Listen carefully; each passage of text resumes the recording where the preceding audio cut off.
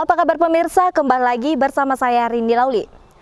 Pemirsa, terkait kunjungan kerja Bupati Simalungun ke Batam beberapa pekan lalu dalam membahas kerjasama dengan stakeholder terkait untuk meningkatkan pertumbuhan ekonomi masyarakat petani di Kabupaten Simalungun. Kita akan berbincang langsung dengan Kepala Dinas Pertanian Kabupaten Simalungun, Bapak Ruslan Sitepu, terkait kerjasama yang akan dibangun. Pemirsa, kekayaan hasil bumi sebagai komoditas unggul di Kabupaten Simalungun menjadi fokus pemerintah untuk meningkatkan kesejahteraan bagi masyarakat petani. Dalam misi meningkatkan pertumbuhan ekonomi secara merata, pemerintah Kabupaten Simalungun melalui Dinas Pertanian menjelaskan bahwa komoditas unggulan Kabupaten Simalungun diprioritaskan kepada pemasaran, bersinergi dengan Dinas Perindustrian dan Perdagangan, sekaligus memberdayakan kelompok tani dalam hal teknis melalui sosialisasi. Yang Pak. Selamat siang, Bu. Jadi Pak, izin bertanya. Ya. Terkait kunjungan Pak Bupati Simalungun ke Batam untuk membahas kerjasama dengan stakeholder terkait. Lalu sejauh mana kerjasama yang akan dibangun? Bisa dijelaskan, Pak? Baik, terima kasih. Pertama-tama kita banyak ucapkan puji syukur kepada Tuhan karena kita bisa berbincang-bincang dengan Mona Lisa. Kami mengucapkan dari pemerintah Kabupaten Simalungun atas nama Bupati Simalungun beserta Wakil Bupati Simalungun mengucapkan banyak terima kasih. Sebenarnya dalam kunjungan Bupati Simalungun bersama beberapa kepala dinas ke Batam adalah tujuannya pertama untuk meningkatkan pendapatan masyarakat Kabupaten Simalungun, di mana sesuai dengan misi beliau, visi misi beliau, rakyat harus sejahtera. Jadi di dalam keberangkatan kami ke Batam, saya melihat memang potensi hasil panen yang ada di Kabupaten Simalungun cukup bagus dan maksimal, baik dari segi mutu, baik dari segi pandangan warna, rasa.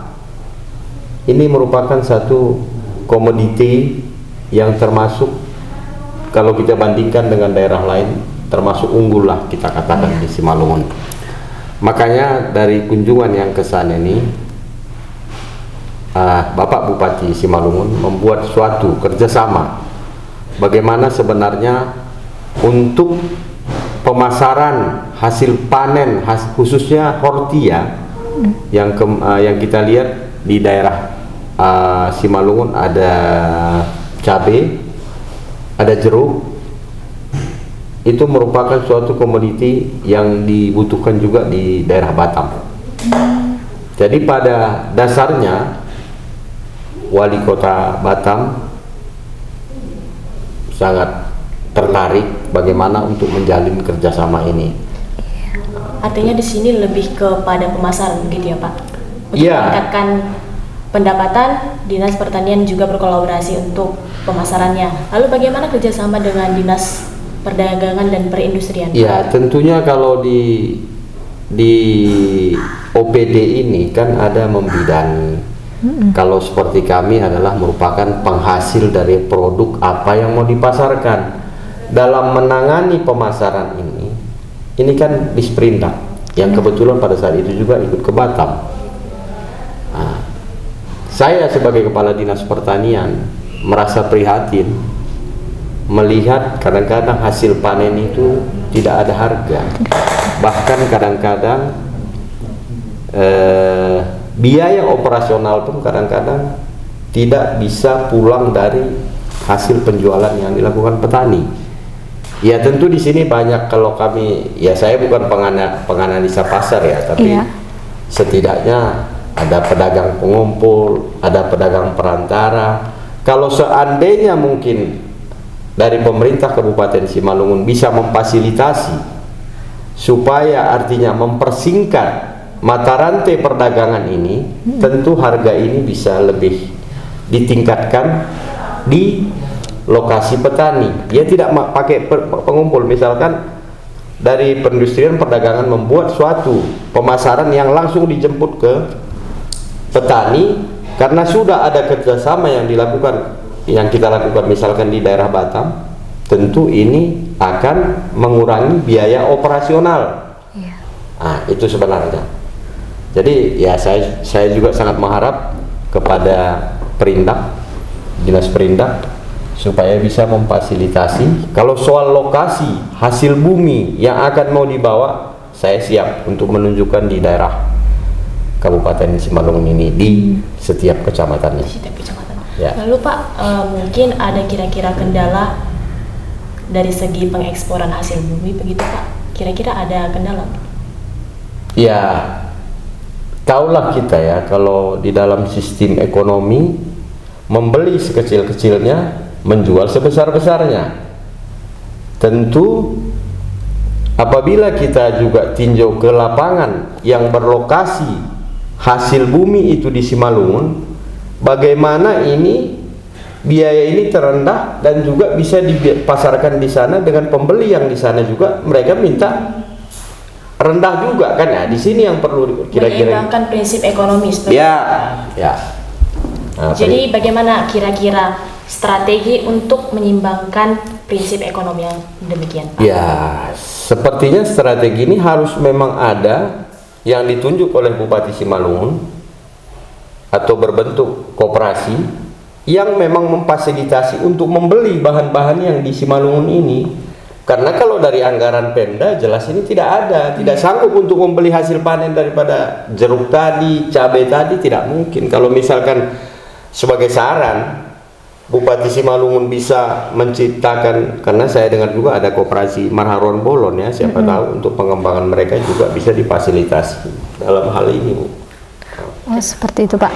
Kemudian Pak, melihat sulitnya pupuk subsidi di Kabupaten Simalungun ini, langkah-langkah apa yang dilakukan pemerintah untuk memenuhi kebutuhan para petani dan perkembangan pertanian yang ada di Kabupaten Simalungun ini Pak? Oh ya, saya senang sekali ini di Expos, Bu.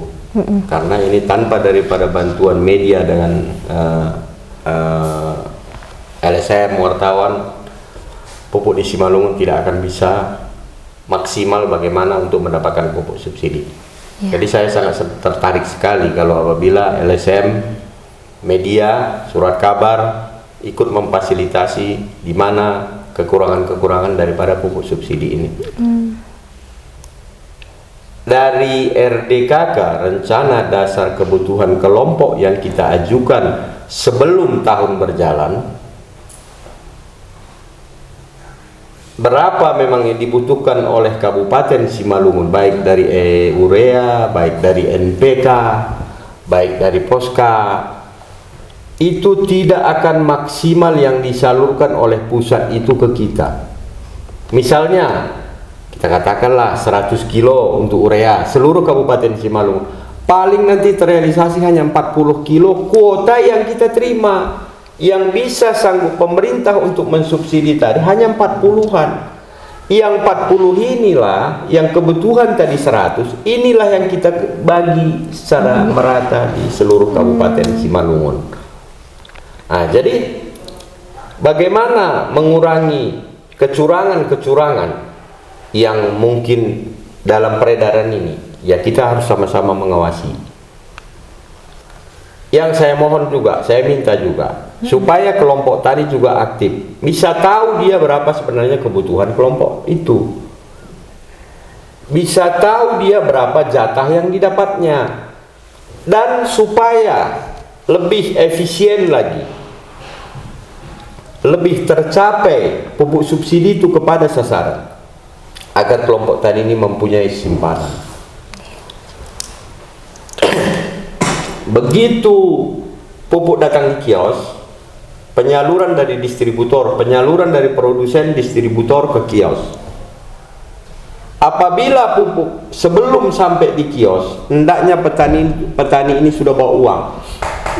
Ini untuk kelompok tani maju misalnya, ini uang saya, jatah pupuk kami sekian.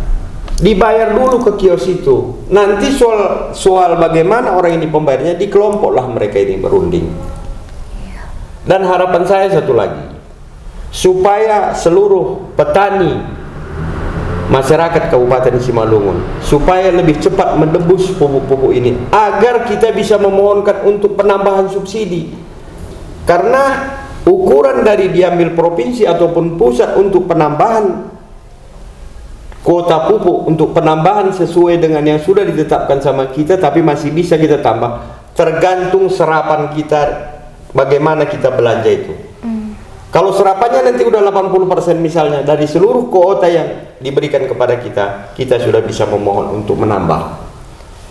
Nah, jadi makanya ini bukan Dinas Pertanian aja, harus masyarakat, seluruh masyarakat Simalungun harus aktif untuk memprotes di mana kekurangan-kekurangan daripada pupuk subsidi, karena tujuan Bupati Simalungun juga pupuk subsidi harus tersalur kepada yang memang siapa penerimanya. Artinya dalam hal ini Dinas Pertanian, baik pemerintah Kabupaten Simalungun sangat mengharapkan sinergitas antara masyarakat, kelompok tani begitu juga ya. Ya. Dan apa kira-kira himbauan mungkin Pak kepada kelompok petani dan distributor? Ya, saya sering rapat dengan distributor bagaimana supaya ini tetap terdistribusi. Cuman sedikit memang kendalanya karena secara keseluruhan sekarang melalui aplikasi, SDM daripada kios, SDM daripada petani ini sangat menghambat untuk kecepatan bagaimana supaya pupuk itu cepat tersalur. Sudah melalui aplikasi semua.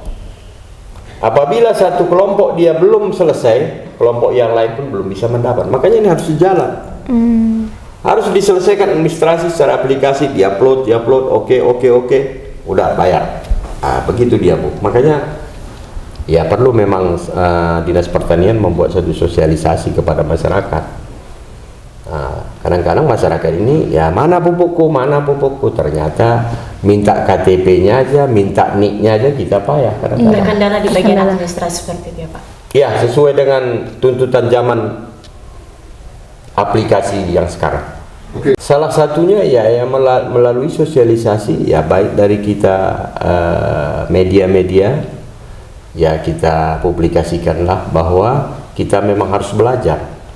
Dan melalui koordinator dan penyuluh-penyuluh saya menyampaikan hal tersebut, di mana masih kekurangan-kekurangan yang masih harus difasilitasi, itu saya arahkan untuk supaya langsung cek di tempat apa memang kekurangan-kekurangan daripada kelompok kiosnya, itu saya suruh langsung, Pak. Masih sebatas itu sih, cuman dalam arti kata ya kita akan membuat sosialisasi dalam pertemuan-pertemuan bulanan dengan kelompok, kita sampaikan hal-hal tersebut supaya mereka juga lebih paham. Seperti itu ya Pak.